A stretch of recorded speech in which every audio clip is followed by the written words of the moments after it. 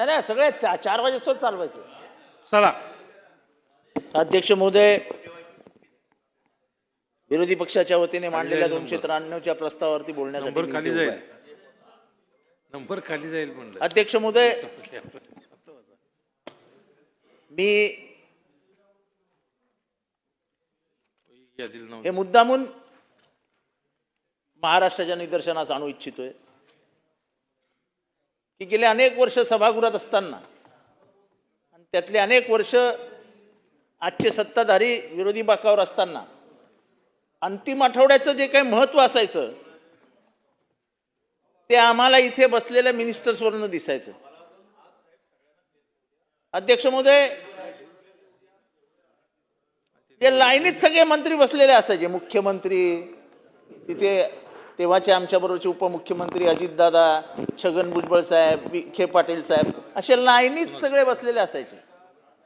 आणि विरोधी पक्षाचा प्रस्ताव हा 7 वाजता 8 वाजता चंद्रकांत दादा कधी आलाच नाही. म्हणजे तेव्हाच्या विरोधी पक्षाची एवढी दहशत होती. आणि आमचे सन्माननीय पार्लमेंटरी पॉलिटिक्सला, पार्लमेंटरी रूल्स प्रोसिडिंग्सला महत्व देणारे दिलीप वळसे पाटील साहेब वरती बसलेले असायचे. त्यांच्याकडे गेले तुम्ही सगळे की बरोबर सेटिंग फिट व्हायचं. दुपारी 2 वाजताच विरोधी पक्षनेत्याचा प्रस्ताव यायचा, म्हणजे 293 दरवेळेस. आणि मग तेव्हा खडसे साहेबांचं भाषण 1.5 तास आणि देवेंद्र भाऊंचं भाषण 1.5 तास. हे जेव्हा उठायचे आमचे मुनगंटीवर साहेब, त्यांचं भाषण 1.5 तास. आशिष उठायचे, शेलार साहेब उठायचे, भाषण 1.5 तास. कोणाची बोलण्याची हिंमतच नसायची. म्हणजे खरं तर मी नेहमी गुप्त चर्चेत असं नेहमी म्हणतो, म्हणजे कॉन्फिडेन्शियल आहे, ऑन रेकॉर्ड नाही. आता येऊ दे ना, आता काय फरक पडतोय. तेव्हा मला मी शिव्या पण खाल्ल्यात त्याच्यावर की तुम्हाला इतकी बोलण्याची संधी दिली आमच्या लोकांनी की तुमची बुद्धिमत्ता महाराष्ट्रासमोर आणून ठेवली. असं वागणं जर तेव्हाच्या अध्यक्षांचं असतं तर कदाचित आम्ही सत्तेतनं बाहेरच गेलो नसतो. नाही, हा अपमान नाही. त्यांच्या पार्लमेंटरी प्रोसिजरवर त्यांचा किती प्रचंड विश्वास होता. आणि मी खुर्चीवर बसल्यानंतर डाव्या बाजूकडे जास्त लक्ष दिलं पाहिजे आणि उजवा कान बंद केला पाहिजे. हे त्यांचं जे मेथॉडॉलॉजी होती त्यांनी पूर्ण आत्मसात केली होती. पण आज तुम्ही हेतुपूर्वक, मी म्हणत नाही, मी हेतुपूर्वक असं म्हणत नाही शेलार साहेब, पण आमचा प्रत्येक प्रस्ताव 8 नंतर आम्ही काय पाप केलं? आज तुम्ही मैत्री खात्यात इथे आलात, हे पहिल्यांदा मी बघितलं अनेक वर्षानंतर की संसदीय कामकाज मंत्री संवाद साधतायत. मी ते आपले इंदापूरचे हर्षवर्धन पाटील काय धावपळ करायचे हो. जरा झालं की असे ते राम तांगा ताकद तिथे लगेच तुम्ही त्यांच्या मागणं, लगेच तिथे बैठक, सेटलमेंट. आता तर काही असं दिसतच नाही चित्र. प्रकाश मेहता संसदीय कामकाज मंत्री, मी अनेक वर्ष त्यांना या 14 नंबरच्या केबिनमध्येच जेवताना बघायचो. म्हणलं घेऊ, अरे दोस्ती रखना चाहिए ना. आता तुम्हाला काय दोस्ती बिस्ती काय गरजच वाटत नाही. आज यावेळेस पहिल्यांदा आम्ही बघितलं.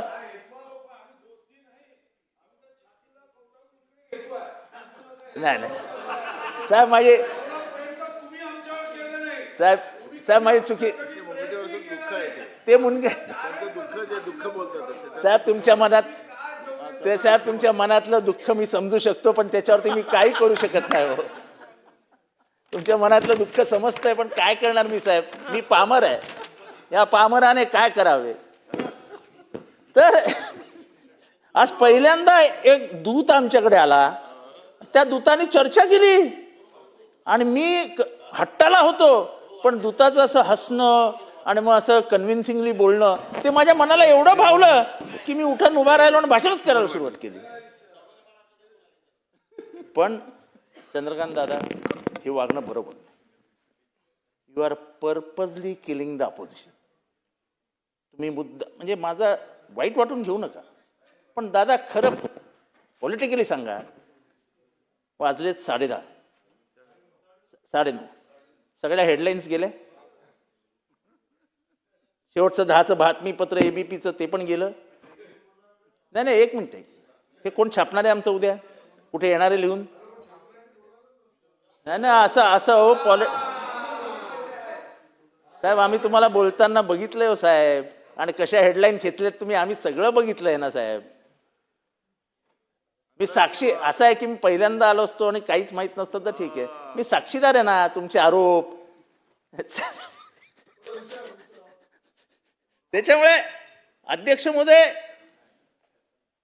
हा असं वातावरण पण या सभागृहात नाही. म्हणजे आता मला हे बरं वाटतं की आपण हसत खेळत बोलतोय, नाही तर इतकी द्वेषभावना वाढली आहे मुनगंटीवर साहेब, की विरोधी पक्षाशी बोलणं किंवा असं एकत्र बसणं हे काय म्हणजे दुरापास्त झालंय. म्हणजे मला अजूनही आठवतं, सध्या एकमेकात प्रेम वाढले आता. हे आता अर्धा तास, आता वाढलंय. हे अर्धा तास दिसायला लागले. वारीची वेळ आली आहे ना, आणि ह्यांची वारी येते असं कळतंय आम्हाला. ते सोपल साहेबांची बाहेर मैफिल बसायची दादा, विरोधी पक्ष सत्ताधारी पक्ष सगळे एकत्र येऊन बसायचे, अशी लॉबी कशी अशी भरलेली असायची. शेलार साहेब तुम्ही मला सांगा, लॉबी भरलेली असते आजकाल? मुनगंटीवर साहेब, आपण जरा पार्लमेंटरी पॉलिटिक्सवर बोलूया साहेब. आमदारांचा हरवत चाललेला interest day to days affairs of the Vidhansabha will hurt Maharashtra. हे आपल्याला आज बरं वाटतंय, संख्या आपली जास्त आहे झालं. पाशवी बहुमताच्या जोरावर पाशवी बलात्कार केले तरी काय हरकत नाही, पण ह्याच्याने महाराष्ट्राचं नुकसान होतं. विरोधी पक्षांना जेवढे तुम्ही पायाखाली दाबायला जाल तेवढा फटका तुम्हाला बसणार आहे.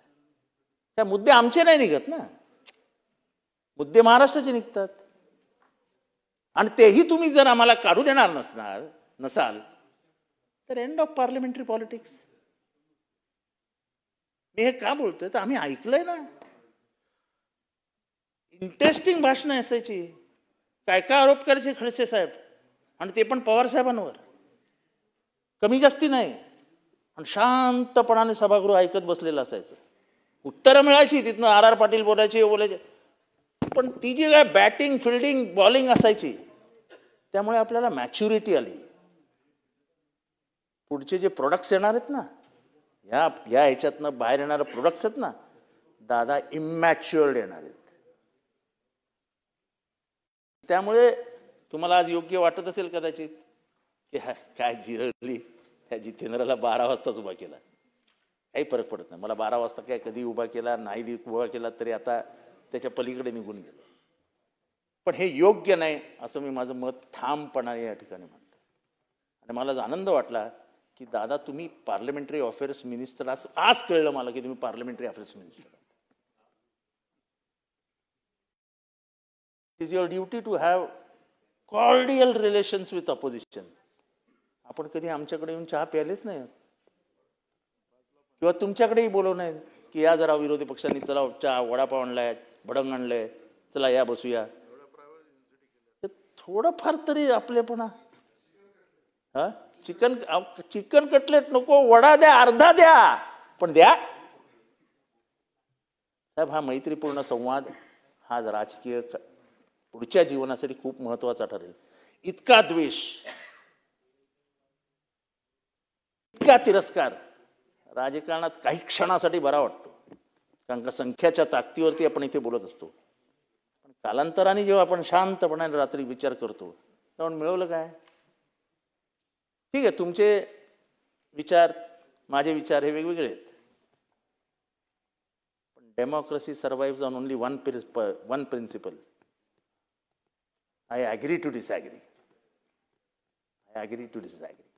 या एका प्रिन्सिपलवरती डेमोक्रेसी जिवंत आहे. आणि हेच जर आपण मान्य करणार नसू आणि जाता येतं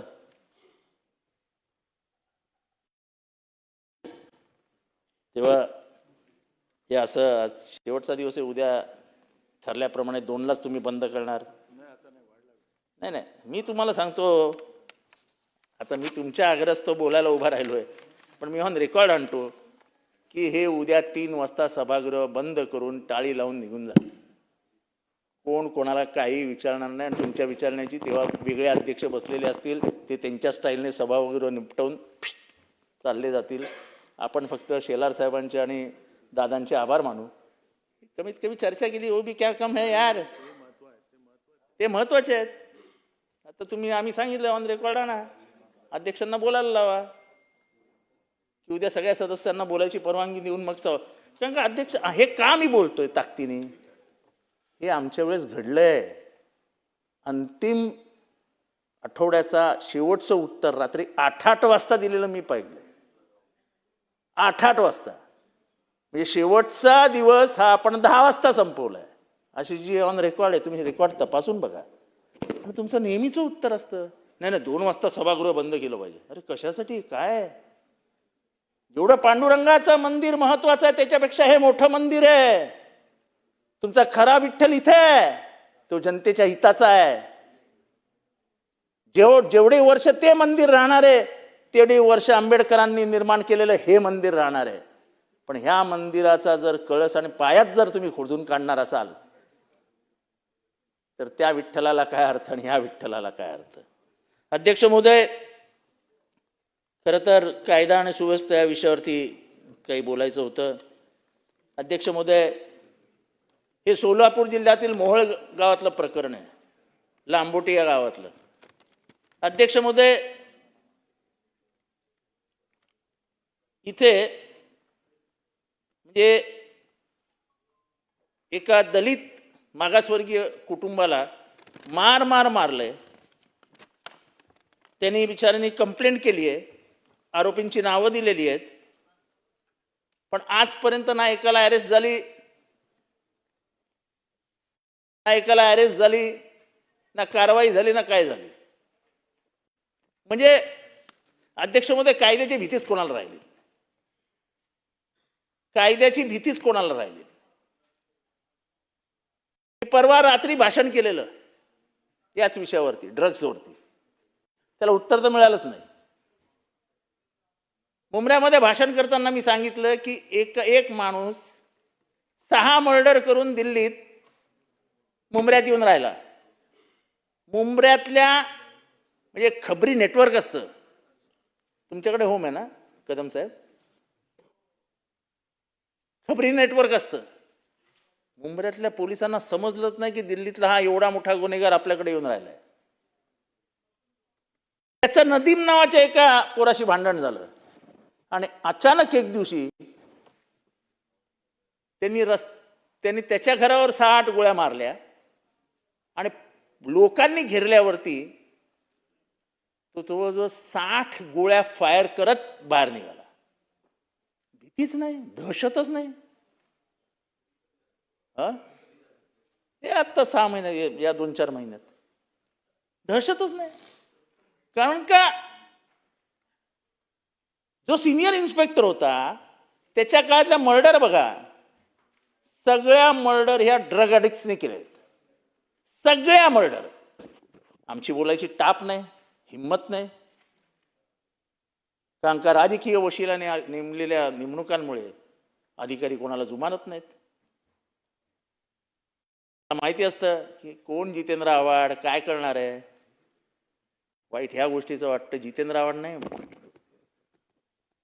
म्हातारी मेलेचं दुःख नाही, काळ सुकवतोय. मी इथे हक्कभंग प्रस्ताव आणला कारण का मी हे सगळं त्यावेळेस बोलल्यानंतर त्यांनी विरोधी पक्षांची म्हणजे माझ्या विरोधात असलेल्या सगळ्यांची बैठक घेतली आणि त्यांना सांगितलं की ये आदमी मुंबरा को बदनाम कर रहा है ड्रग्स के लिए. मी मुंबऱ्याबद्दल ड्रग्सविषयी काहीच बोलत नाही. ड्रग्स या मुंबऱ्यापुरतं मर्यादित राहिलेलं नाही. सोलापूर घ्या, सिन्नर घ्या, नाशिक घ्या, पुणे घ्या, कुठेही जा, ड्रग्स मिळत नाही असं शहर गावच नाही. त्यांनी सगळं असं रचलं व्यवस्थित आणि त्याची बदली होणारच होती. शेलार साहेब, तुम्हाला कसं वाटतं बघा आता.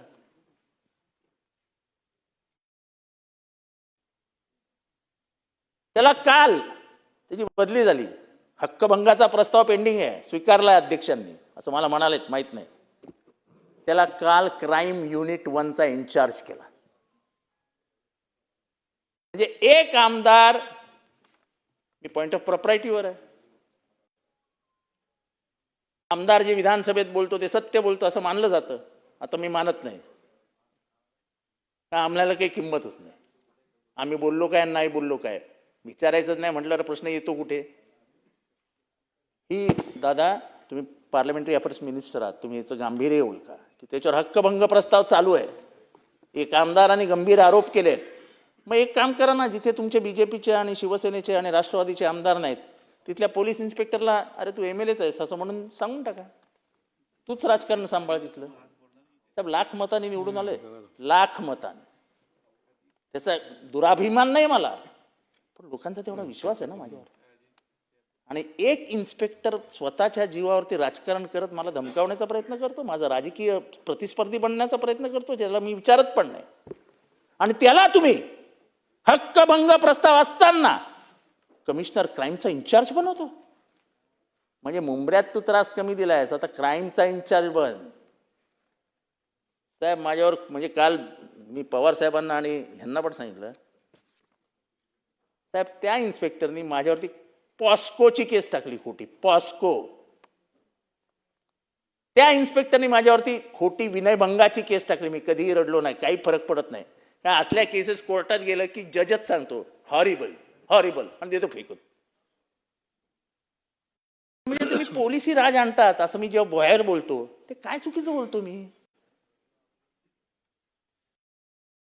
You are destroying the democratic ethics of this state. This state has never behaved in this way.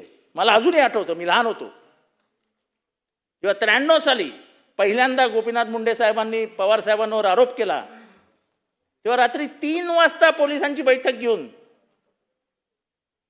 The entire security of Gopinath Munde was raised bye X%. असं नाही म्हणाले, अरे माझ्यावर आरोप केले हे सगळी सिक्युरिटी गार्ड रे. हा महाराष्ट्र होता, सगळ्यांना समजून घेणारा. म्हणजे तेव्हा तर काय आरोपाच्या सगळ्या सीमा पार झाल्या होत्या. पण कटुता म्हणजे सकाळी आरोप केल्यानंतर संध्याकाळी ऊस कामगारांच्या प्रश्नावरती तेच पवार साहेब, तेच गोपीनाथ मुंडे हसत हसत बाजूला बसून रात्री 1 वाजता निर्णय दिला आणि त्या ऊसतोड कामगारांचा प्रश्न सोडवला.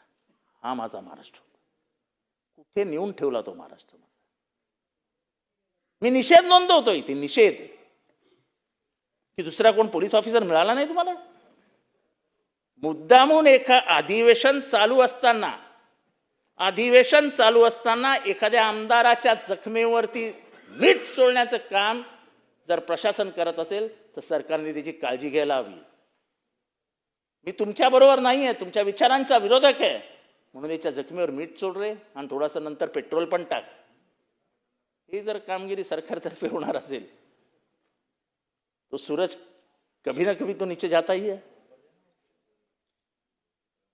दिन अंधेरी रात तो 24 घंटे नहीं रहती, कभी ना कभी उजाला आता ही है. आज हमारे दिन नहीं है, पर इसका मतलब ये नहीं कि ये दिन आने वाले ही नहीं है. पण दादा तुम्ही, मी हे फार सिरियसली बोलतोय, मी अंतःकरणापासून बोलतोय. असं करू नका. It will set a wrong trend.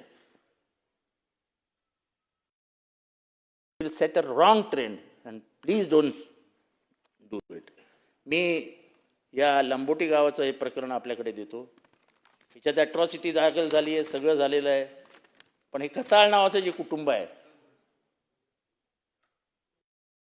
लिहून कोण घेतंय? मंत्री कोण लिहिताना दिसत नाही, कोणाचंच पेन हलत नाही. तेव्हा सचिवच लिहितात आजकाल, मंत्र्यांनी काय बसून फक्त बघायचं. नाही काही काही प्रथा माझ्या लक्षात येत नाहीत. नाही काही प्रथा माझ्या लक्षात येत नाही. ज्या प्रथा आम्ही बघितलेल्या, तुमच्या वडिलांना इथे बसून असं रेकॉर्ड लिहिताना बघितलंय, ते आता AI आहे का? आता AI मंत्री आहेत. हां, मग तुमच्या हातात पेन आहे ना? नाही ते मला सांगतात AI नी रजिस्टर होत आहे. हां,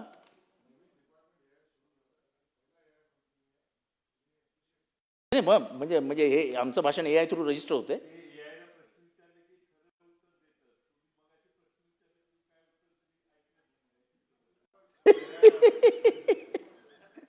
तेव्हा म्हणजे आम्हाला दादा हेच जे आहे ना, आम्हाला सवय होती ना की इथे बसून आर आर असो, आर आर पाटील साहेब असो किंवा मागचे मंत्री असो, असे बसून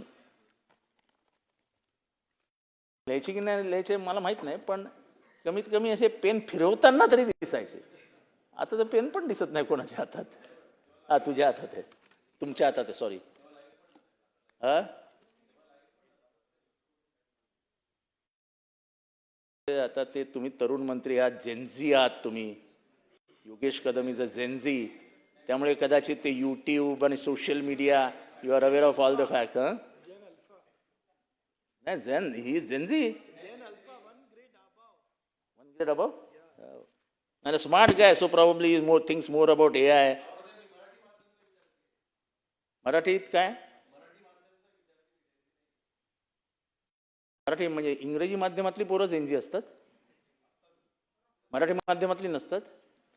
नाही सॉरी म्हणजे तुला जेनजीचा अर्थ चला समजलेला नाही. विषयावर चर्चा.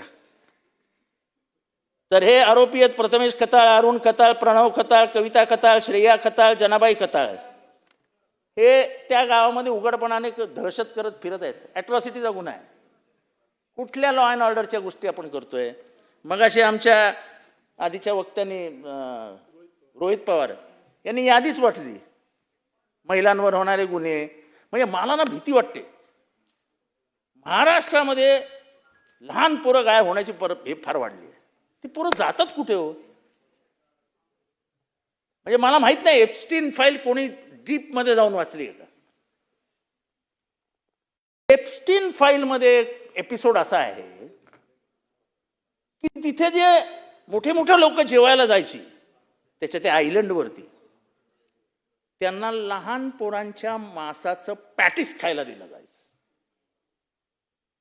त्यातली एक थिअरी अशी आहे की तुम्ही लहान पोरांना खूप घाबरून ठेवा, आणि ते जेव्हा घाबरतात तेव्हा त्यांच्या बॉडीमध्ये जे केमिकल तयार होतं ते केमिकल जर तुम्ही 50 वर्षाच्या वयाच्या पुरुषांना महिलांना दिलं तर त्यांचा एज कमी होण्याचा हे असतं.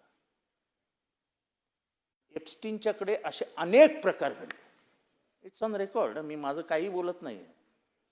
एप्स्टीन फाईल्स मधला हा पेपर आहे. म्हणजे अशी लहान पोरं महाराष्ट्रातनं गायब होतात म्हणजे असं हे काही चांगलं नाही आहे. कुठे जात आहे त्याचा तपास लागलाच पाहिजे.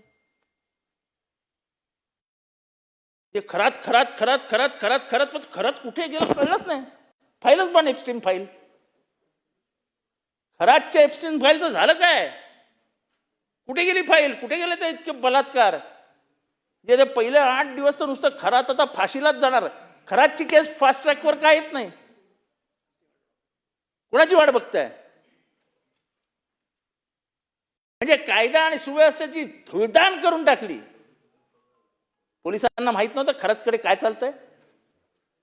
मग त्यांनी तुम्हाला इन्फॉर्म का केलं नाही, अख्ख्या मंत्रिमंडळाला अंधारात का ठेवलं. जे लोक जायचे तिथे पॉलिटिकल, त्यांना का कळवण्याचे की तुम्ही जाऊ नका, तिथे असं असं घडतंय. पोलिसांना हे तर नव्हतं की राजकीय बदनाम होत आहेत, होऊ द्या. हे खरात एप्स्टीनचा बाब आहे.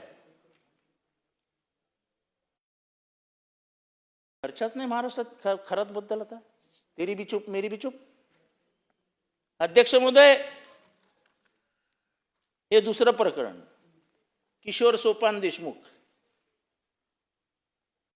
कल्याण पोलीस स्टेशनमध्ये प्रथम खबर 448/2026 भारतीय म्हणजे BNS 2023 कलम 118(2) म्हणजे पूर्वीचं 302 वगैरे वगैरे काय काय असतील. आता नवीन कलम आपल्याला समजत पण नाही. KM हॉस्पिटलमध्ये पोरगा ऍडमिट आहे.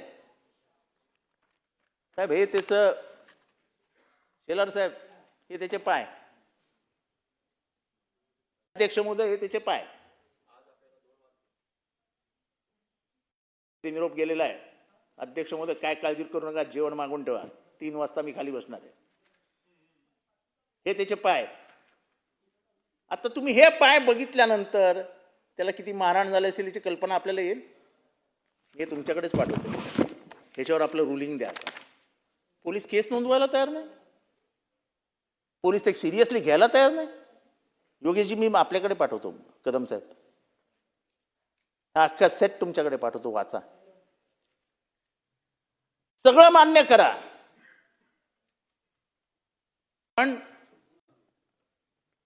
गुन्हेगारांचं वाढलेलं वर्चस्व हे नंतर नंतर सत्तेला घातक ठरतं. सर्वात मोठं उदाहरण म्हणजे Pablo Escobar. Nobody is greater than this. Nobody is greater. पण अशा छोट्या छोट्या प्रकरणांमध्ये छोटे छोटे गुन्हेगार जर बाप बनणार असतील आणि ते सत्तेलाच आव्हान देणार असतील तर मला वाटतं याचं प्रकरण मी आपल्याकडे पाठवतो, आपण गांभीर्याने अध्यक्षांच्या मार्फत आपल्याकडे पाठवतो. हे घ्या.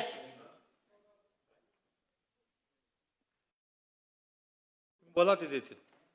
अध्यक्ष महोदय, मगाशी ते शिंगे प्रकरण निघालं, त्याच्यावर खूप काही बोलायचं होतं, पण आमचे मित्र धस साहेब बोलून गेले. पण उभ्या भारतात नाही, जगामध्ये आज महाराष्ट्राची लाज शर्मेने खाली गेली. मोठ्या अभिमानाने आपण सांगायचो की दुधाच्या धंद्यात महाराष्ट्राचा हात कोणी पकडूच शकत नाही, आणि अमेरिकन मार्केटशी आपण कॉम्प्रोमाइज केलं, ट्रेड डील साईन झालं, तर सर्वात मार खाईल तो दुधाचा धंदा. हा दुधाचा धंदा की त्याच्यामध्ये पाम तेल, काय ते शॅम्पू मानलं पाहिजे हो. म्हणजे काय तो लोढा आणि तो शिंगे म्हणजे काय बाप असतील हो. काय टेक्नॉलॉजीची टीम असेल त्यांच्याकडे की शॅम्पू पाम तेल काय काय मिक्स करून दुधाची चव. हे पाप कुठे फेडायचं महाराष्ट्राने. किती पोरं बिचारे ह्याच्यात सफर झाली असतील, याचा काहीतरी विचार करणार होता. पण कोण आहे हा शिंगे? उभ्या महाराष्ट्राने तुकाराम मुंडेंचे आभार मानायला पाहिजेत की कमीत कमी तुकाराम मुंडेंनी हिंमत तरी दाखवली महाराष्ट्रासमोर हे आणायची की हे घ्या तुम्ही कुठलं दूध पिताय. रॅकेट किती मजबूत आहे, रॅकेट किती मजबूत आहे, त्याच्यातनं येणारा पैसा मजबूत आहे, आणि त्या पैशावरती राजकारण मजबूत आहे. जिल्हा परिषद सदस्य, पंचायत समिती सदस्य, ग्रामपंचायत सदस्य तिथलेच आहेत, त्याच रॅकेटमधले. कालांतराने इथे बसलेले सापडतील, कारण का आता पैशाच्याच जोरावर राजकारण आहे. राजकारणाचं जे कमर्शियलायझेशन होत आहे, क्रिमिनलायझेशन आणि commercialisation and politics mix together, हे बेंचेस भरलेले असतील. नाही साहेब, आज आता नाही अडवायचं, आता नाही अडवायचं. आता मला मी आलोय रंगात, तर आता मला माझ्या रंगात बेरंग करू. थोडा वेळच बोल, मस्करी करतोय मी, मला अजून 2 मिनिट देत.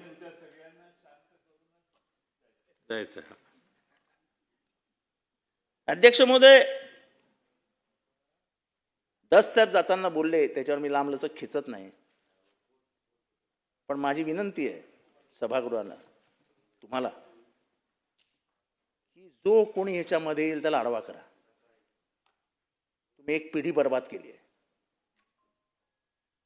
तुम्ही म्हणजे तुम्ही नाही, पण ज्यांनी कोणी ह्या मिक्सचरमध्ये म्हणजे ह्या सगळ्या केमिकल घाण करून जे काय लोक केलंय, एक पिढी बर्बाद झाली आहे. त्या भागात कॅन्सर वाढला, भागात ऑस्ट्रोस्पायरोसिस वाढला, आणि ह्याला जबाबदार कोण? तर एवढं सगळं होत आहे, आणि एवढं सगळं सापडल्यानंतर एफडीएच्या त्या सेक्रेटरीला अटक का करायची नाही? तो पण सेक्रेटरीच होता ना. संबंधित खात्याच्या मंत्र्यांनी राजीनामा का नाही द्यायचा? असेल गरीब माणूस आहे तो, जे बसलेत त्या खुर्चीवर, त्यांच्याबद्दल मला वैयक्तिक आक्षेप नाही, पण ते गरीब आहेत म्हणून त्यांच्या डोळ्या देखत या महाराष्ट्राला इतकं घाणेरड्या दूध पाजत असतील. लालबहादूर शास्त्री ट्रेनचे ड्रायव्हर नव्हते, पण मी इथे बसलेला असताना असा अपघात होतो हे माझ्या मनाला मान्य होत नाही, म्हणून त्यांनी राजीनामा दिला.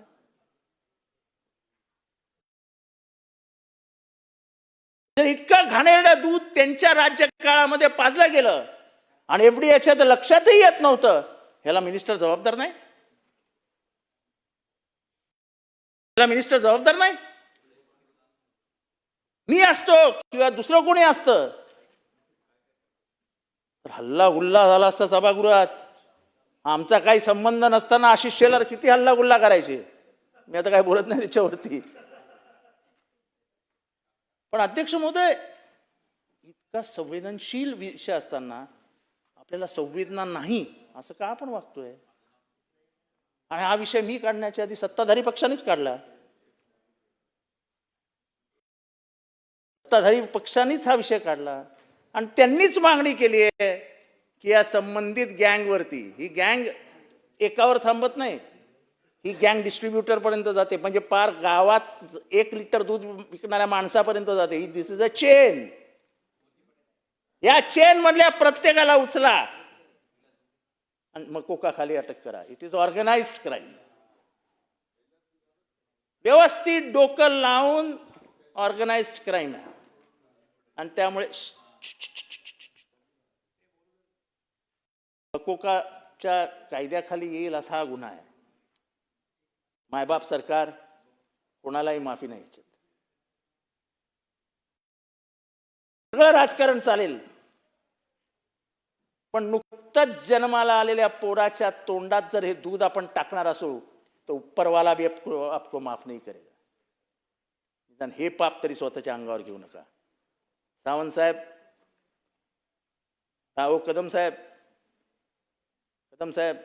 हे जे मी बोललो आहे मग का हे अतिशय गांभीर्याने घ्या. आपण तरुण आहात आणि हे उद्या अनाउन्समेंट येईल असं बघा. म्हणजे ब्रीफिंग आपण जेव्हा कोणाला कराल, मला वाटतं मुख्यमंत्र्यालाच कराल, ही मागणं मान्य करा की त्याच्यात जे कोणी आहेत आणि त्याच्यात जे मोठ्या मोठ्या संस्था आहेत, मला माहीत नाही आता एक मोठं नाव आलं आहे त्याच्यात कुठले तरी, मला त्या संस्थेचं नावही नाही घेतलं, नसतील तर बिचारे उगाच बदनाम होतील. पण ही गोष्ट मात्र झालीच पाहिजे की एफडीएचे अधिकारी should be taken to task. जर तुकाराम मुंडे याच्यात घुसून तुकाराम मुंडे पकडू शकतात तर मग ह्याच्या आधीचा एफडीएचे जे कोणी होते ते का पकडू शकले नाहीत? He should be also booked under MCOCA. He is a partner in this. नेहमी म्हणायचं चालेल एफडीए मध्ये एवढा पैसा येतो कुठं ना मिनिस्टरला? तुम्ही मला कधी खाजगीत भेटलात तर मी तुम्हाला स्टोरी सांगेन. जेव्हा बाबा सिद्दीकी राज्यमंत्री होते, हसून हसून तुम्ही मला भेटा, मग मी तुम्हाला समजून सांगतो ही स्टोरी. अध्यक्ष महोदय, म्हणजे एक माणूस, one man can bring a change. काही म्हणा, तुमच्या आणि तुकाराम मुंडेंबद्दल तुमचे माझे सगळ्यांचेच काही आक्षेप असू शकतात, काही मतभिन्नता असू शकते, पण आज त्यांनी उभ्या महाराष्ट्राला जागे केलं ना.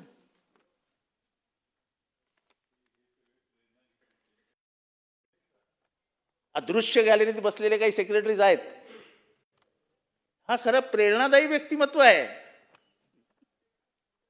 जास्त प्रेरणा घेऊ नका, सगळेच अडचणीत येतील. हे प्रेरणादायी व्यक्तिमत्व आहे. सब गुटखा गुजरात मधनं आजही येतोय. उद्या जर मला खासगीत तुम्ही वेळ दिलात तर मी तुम्हाला नावासकट, आणि अगदी मला वेळ मिळाला तर उद्या रात्री किती वाजता कुठल्या नंबरचा ट्रेक सुरत मधनं निघणार आहे आणि तो किती वाजता टोल नाका पार करणार आहे हे पण मी तुम्हाला सांगेन. हा, राज्यमंत्री आहात, तुमचा पण राजीनामा मागायला पाहिजे. झिरोच का? आपल्याला काय क्लीन चिट फॅक्टरी आहे आपल्याकडे वॉशिंग मशीन असे म्हटल्यावरती काय आहे? मग अशी मुनगंटीवार साहेब बोलले ना, सगळ्यांनाच मिठ्या मारून माझ्या आतमध्ये येतो. त्यामुळे काय तो त्याच्यात काय राजीनाम्याची अपेक्षा छे, ती तर बिलकुल नाही मला. फक्त प्रश्न एवढा आहे की एक मॉरल एथिक्स असतात. तुम्हालाही लहान पोरगे आहे घरात, फक्त कधी रात्री झोपताना एवढा विचार करा की माझ्या पोराला हे दूध पाजलं असतं. अरे ह्याच्यापेक्षा तर आपलं ती अमूलची डेअरी होती ना तुमच्या वडिलांच्या लहानपणी, म्हणजे माझ्या लहानपणी. म्हणजे रामदास कदम साहेबांच्या त्या अमूल डेअरीच्या, त्या अमूलच्या ह्याच्यावर, अमूल नाही काय आरेच्या, त्या अशा पूर्व्या टपऱ्या असायच्या आणि मुंबईत दंगल झाली की पहिल्यांदा काय पेटवायचे माहिती आहे का? त्या टपऱ्या पेटवायच्या. ते दूध बरं यार. आणि का अमेरिकन मार्केटला वरती आपण टीका करतोय की अमेरिकेशी ट्रेड डील झालं तर दुधाचा धंदा. अरे असं परवडेल आम्हाला अमेरिकेचं दूध, पण असलं दूध पाजू नका. अध्यक्ष महोदय, साहेब आता ह्याच्याकडे लक्ष द्या. गेले 3 आठवडे बोंबलतोय कोठारी कंपाऊंड. एक्साइज मिनिस्टर कोण आहेत माहित नाही मला, पण एक साधा नियम आहे की अनधिकृत बांधकाम असेल तर तिथे वाईन बारचं म्हणजे दारूचा लायसन्स देता येणार नाही. It's a return law. मग कोठारी कंपाऊंड अनधिकृत असताना 9 बार चालतात तिथे. 9 बार लायसन्सेस दिले कसे?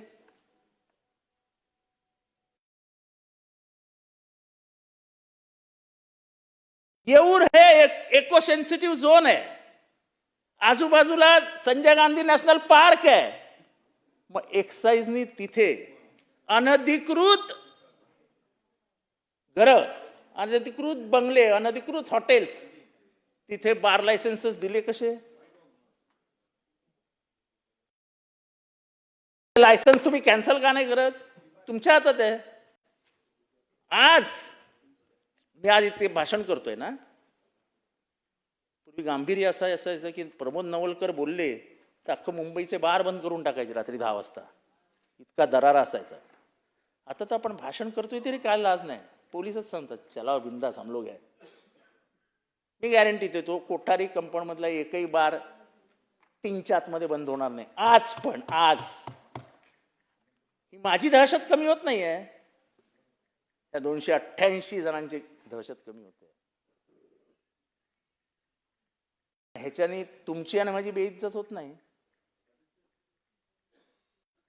पण अध्यक्ष महोदय, इतकं बोलल्यानंतर सुद्धा कोठारी कंपाऊंड इल्लीगल आहे. 27 एकर वरती एका वेगळ्या रिझर्वेशन वरती तो मालक आज करोडो रुपये भाडं घेतोय आणि इल्लीगल असं साम्राज्य उभं केलंय 27 एकर वरती.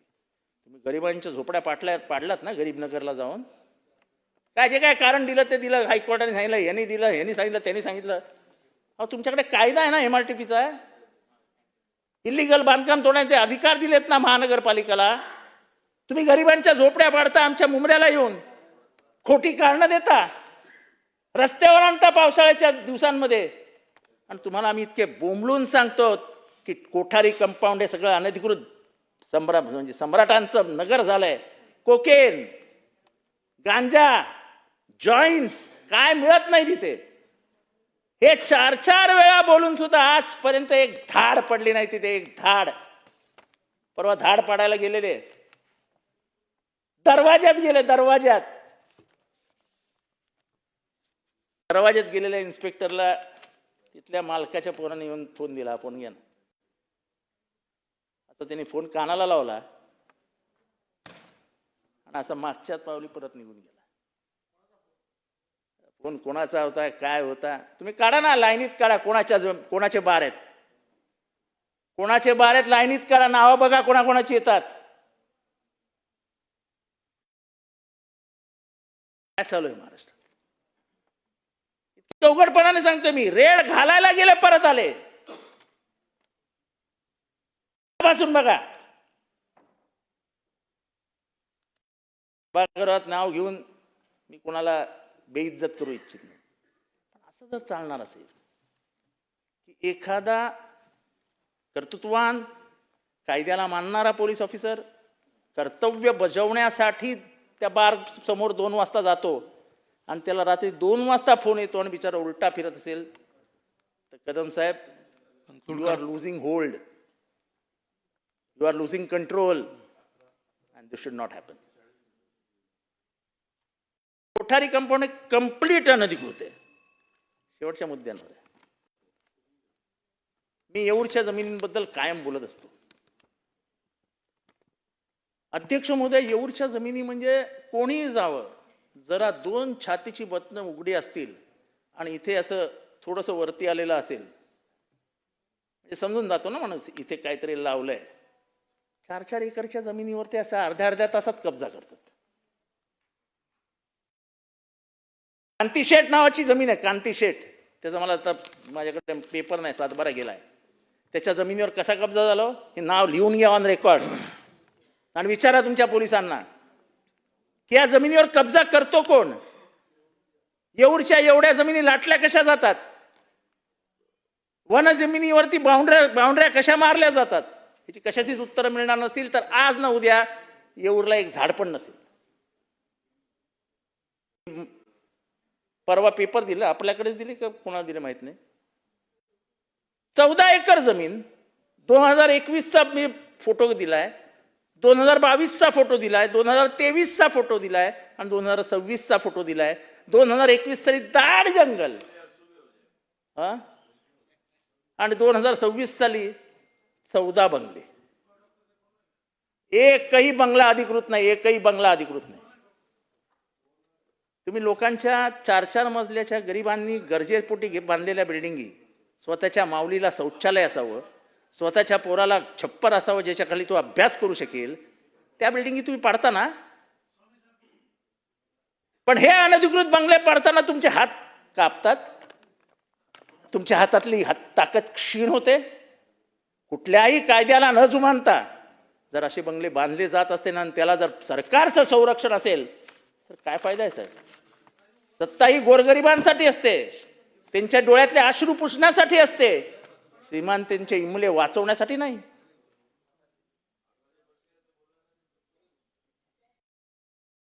का जरा लक्ष द्या त्याच्याकडे. कन्क्लूड करा. शेवटच्या मुद्द्यावर आलो. शेवटच्या मुद्द्यावर अध्यक्ष महोदय, मागच्या वर्षी अधिवेशनात बोलत असताना मी रतीनची प्रेमजी ट्रस्ट नावाचं ट्रस्टचं प्रकरण काढलं होतं. जमीन 2000 कोटी रुपयाची, जमीन कितीची, 2000 कोटी रुपयाची. सेटिंग लागलं चॅरिटी कमिशनरकडे, ॲडिशनल चॅरिटी कमिशनर होते कोणीतरी, त्यांनी ती जमीन 70 कोटीला सौदा करून टाकला. ते 70 कोटी रुपये ज्या कंपनीने दिले फेंकिन, ते चेकच बाउन्स झाले. हे घ्या, रतनची Premji trust, checks bounced 7 checks totaling to 67.55 crores bounced twice. अध्यक्ष महोदय, ह्याच्यात EOWची इन्क्वायरी लागली. हे केसरिया जे कॅपिटल नावाचं कुठली तरी एक प्रायव्हेट कंपनी आहे. नाही काय नाही, फेनकिन नावाची अशी अचानक कंपनी तयार झाली.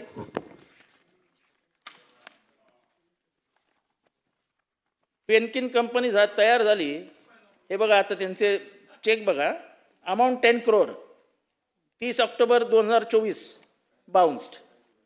Amount 10 crore, 15 November 2024 bounced. Amount 7.50 crores, 30 November 2024 bounced. असे 20 चेक बाउन्स्ड. परत हे पण कागदपत्र आपल्याकडे पाठवतो कदम साहेब. आणि आता सुप्रीम कोर्टात केस आहे. हायकोर्टाने ही बापाविरुद्ध एका प्रामाणिक पोराने केलेली केस आहे. रतनशी प्रेमजी ट्रस्टवर 5 FIR दाखल आहेत, पण पोलिसांनी आजपर्यंत त्या 5 FIR वरती एकही कारवाई केलेली नाही. एकही कारवाई केलेली नाही. त्याचे म्हणजे आता त्या रतनशी प्रेमजी म्हणजे त्या ह्या यांनी याच्यामध्ये तुम्हाला निगोशियल इन्स्ट्रुमेंट्स ऍक्ट 1881चा गुन्हा हे करता येतो, prevention of money laundering act करता येतो. 2000 कोटी रुपयाची जमीन 70 कोटीत द्यायची आणि ते 70 कोटीही जर फेंकिन भरणार नसेल, आणि फेंकिनने अत्यंत हुशारीने काय केलं, आता स्वतःचं नावच बदलून टाकलं. मला फक्त शेवटची नावं वाचूया. हे फेंकिन इन्फोटेकचे हे मालक बघा, फेनिल गिरीश भेडा, दीपक भेदा, गिरीश कुमार भेदा, लीना पटेल, दिनेश चंतीलाल चपलोट, अमित मनोज शहा, धर्मेश मनोज शहा, प्रवीण अनिल गाला, मुदित दिनेश चपलोट, परेश ठक्कर, दिलेश चंद्रकांत शहा. हा दिलेश चंद्रकांत शहा हा फेंकिनचा बाप आहे. आणि आता त्यांनी नाव, मला फक्त नाव द्यायचं आहे त्यांचं, EOW मधनं वगैरे सगळीकडनं आपल्याला सुटका व्हावी यासाठी आता फेंकिनचं नावच बदलत टाकलं. आता आम्ही जेव्हा गेलो तेव्हा आम्हाला EOWने सांगितलं की सुप्रीम कोर्टामध्ये केस आहे, काही करता येणार नाही. आणि त्याच EOWने ज्यांनी या जमिनीची व्हॅल्यू काढली की या जमिनीची किंमत 1400-1500 कोटी रुपये ऑफिशियल आहे, त्याला 5 वेळा इन्क्वायरीसाठी बोलवलं. डॉक्टर बाबासाहेब आंबेडकरांनी संविधानातनं सांगितलेलं, जर एक नियम तुम्ही जितेंद्र आव्हाडला लावला तर तोच नियम कदम साहेबांना पण लागेल. इथे तर कदम साहेबांना वेगळा नियम आणि जितेंद्र आव्हाडला वेगळा नियम. जितेंद्र आव्हाडला 5 वेळा इन्क्वायरीला बोलवा, पण कदम साहेबांना बोलवताना सांगा सुप्रीम कोर्टाची केस आहे, जितेंद्र काही करता येणार नाही. आणि I am a personal witness to it. ही सगळी कागदपत्र घेऊन मी पोलिसांकडे गेलो होतो. तुम्ही कसं काय नाव बदलू शकता जेव्हा तुमची फेंकिंगची केस आणि फेंकिननी टाकलेली केस ही सुप्रीम कोर्टात चालू आहे, तर त्या सुप्रीम कोर्टात चालू असलेल्या केसमध्ये यांनी स्वतःचं नाव बदलून टाकलं फेंकिनचं. कारण का यांना पळायचा रूट काढायचा होता. अध्यक्ष महोदय, सगळी कागदपत्र जमा करून सुद्धा आजपर्यंत त्यांच्यावरती एकही म्हणजे साधा FIR सुद्धा नोंद झाला नाही. हे काय आम्ही आमचं नाही वाचवत आहे. 2000 कोटीचं नुकसान होणार आहे ते महाराष्ट्र राज्याचं होणार आहे. 70 कोटीला जर 2000 कोटी रुपयाची जमीन खाणार असतील तर त्यांच्या काय बापाची जमीन आहे? आणि आपल्या उघड्या डोळ्याने आपण चोरी पाहत बसणार आहोत. म्हणून साहेब, मी हे पेपर सगळे तुमच्याकडे देतो. हे सगळं तेरी बी चूप मेरी बी चूप हात मिळवणी आहे. कदम साहेब, हे पेपर गांभीर्याने वाचा. ह्याच्यात सगळे डिटेल्स आहेत, एकही डिटेल नाही जी आज लपवलेली आहे. फेंकिन इज अ फ्रॉड. म्हणजे आता नवीन त्यांनी काहीतरी नाव दिलं, डेलाइट का काहीतरी नाव दिलं, ते मला सला सापडत नाही याच्यात नेमकं. कन्क्लूड करा. तुम्ही मला बेल वाजवलीत ना, त्यामुळे माझं असं लक्ष डायव्हर्ट झालं की सगळं गेलं. अध्यक्ष महोदय, ही मोठी केस आहे, त्याच्यात वाईट काय वाटतं? जेव्हा मी पहिल्यांदा जेव्हा केस मांडली तेव्हा माननीय मुख्यमंत्री समोर बसलेले होते आणि माननीय मुख्यमंत्र्यांनी उठून सांगितलं होतं की मला ह्याच्यामध्ये कनायवन्स दिसत आहे, माझ्या मताप्रमाणे ह्याच्यात चोरी झालेली मला दिसते आहे. मी स्वतः चॅरिटी कमिशनरला सांगेन आणि इन्क्वायरी लावीन. ह्या संपूर्ण प्रकरणामध्ये ट्रस्ट बरखास्त झाली पाहिजे, ह्याच्यावर ऍडमिनिस्ट्रेटर बसला पाहिजे. नाही बसला. त्यांनी स्वतः EOWला इन्क्वायरी मार्क केली, पण EOWच्या ऑफिसरनी नंतर काय केलं हे मला इथे बोलायचं नाहीये. पण अध्यक्ष महोदय, चौकशी झालीच नाही पाहिजे, चौकशी होताच कामा नाही, असं जर EOWच्या ऑफिसरचं म्हणणं असेल तर मग याच्यावर SIT बसवा. एक चांगल्या ऑफिसरला इन्क्वायरी द्या आणि दूध का दूध पाणी का पाणी करा. 2 अधिकाऱ्यांना वाटतं की ह्या संबंधित प्रकरणामध्ये दिलेश शहाला वाचवला पाहिजे, तर दिलेश शाह कोण? आपला किंगपिन आहे काय? बाप आहे का आपला? तो दीपक बेडा काय बाप आहे का आपला? 4 पैसे काय जास्त कमवले तर पोलिसांना विकत घेण्याची ताकद ठेवून काय सगळ्या प्रकरण दाबून टाकतील? हे एवढं कागदपत्र देतोय आणि पुराव्यासकट देतोय. उद्याच्या उत्तरात बघूया काय उत्तर देता. आणि तुम्ही on the floor of the house आम्हाला कमिटमेंट दिली आहे आणि कारण काय पुढे करता की सुप्रीम कोर्टात केस चालू आहे. सुप्रीम कोर्टाचा काय संबंध? त्यांनी स्टेटस को दिलाय का की पोलीस इन्क्वायरी करू नका म्हणून? ठेवा ना, पोलीस इन्क्वायरी करून ठेवा आणि नंतर सुप्रीम कोर्टाला दाखल करा की आम्हाला हे दिसतंय याच्यामध्ये. जर हायकोर्टाने ती केसमध्ये तुमच्या बाजूने निकाल दिलाय, तुमच्या म्हणजे हायकोर्टाने स्ट्रिक्चर्स पास केलेत की ह्याच्यात कनायवन्स आहे, ही मॅनेज केलेली केस आहे, ह्याच्यामध्ये ही जमीन इतक्या स्वस्तात तुम्ही विकूच शकत नाही, ही थांबवा. सर्वोच्च न्यायालयाने काही कारणास्तव ती केस चालू ठेवली आहे, पण त्याचा फायदा घेत नाव बदलायचं, डायरेक्टर्सची नाव बदलायची. आणि मी परत ऑन रेकॉर्ड आणतोय की रतनजी प्रेमजी ट्रस्टची जो बाप आहे माखेचा, त्याच्यावरती 5 केसेस आहेत चिटिंगच्या, 5 केसेस. त्या 5 केसेसमध्ये एकदाही त्याला अटक झालेली नाही. असं का? करा ना अटक, केस आहे ना त्याच्यावर. 5-5 एकरवरती झालेलं आहे ना चिटिंग. तेव्हा ह्या प्रकरण जे आणलेलं आहे आणि सगळीच प्रकरणं म्हणजे महाराणीचं प्रकरण असो, त्या कल्याणचं प्रकरण असो, हे सगळं प्रकरण आपण गांभीर्याने घ्याल आणि कमीत कमी उशिरा का होईना आम्हाला बोलायला संधी देतात. आम्ही एवढं आरडाओरड करून बोलतो आहोत. आम्हाला न्याय मिळेल अशी अपेक्षा बाळगतो. अध्यक्ष महोदय, खूप भूक लागली आता एवढं बोलून जातो. धन्यवाद. थँक्यू. चला बिलं घेऊ आता. बिलं घेऊन नंतर चर्चा चालू ठेवू. चला. विचार खंडशः विचार व संमत करणे. किती नंबर आहे? सन 2026 विधानसभा विधेयक क्रमांक 61. शोधय सन 2026 विधानसभा विधेयक क्रमांक 61 अनुसूचित जाती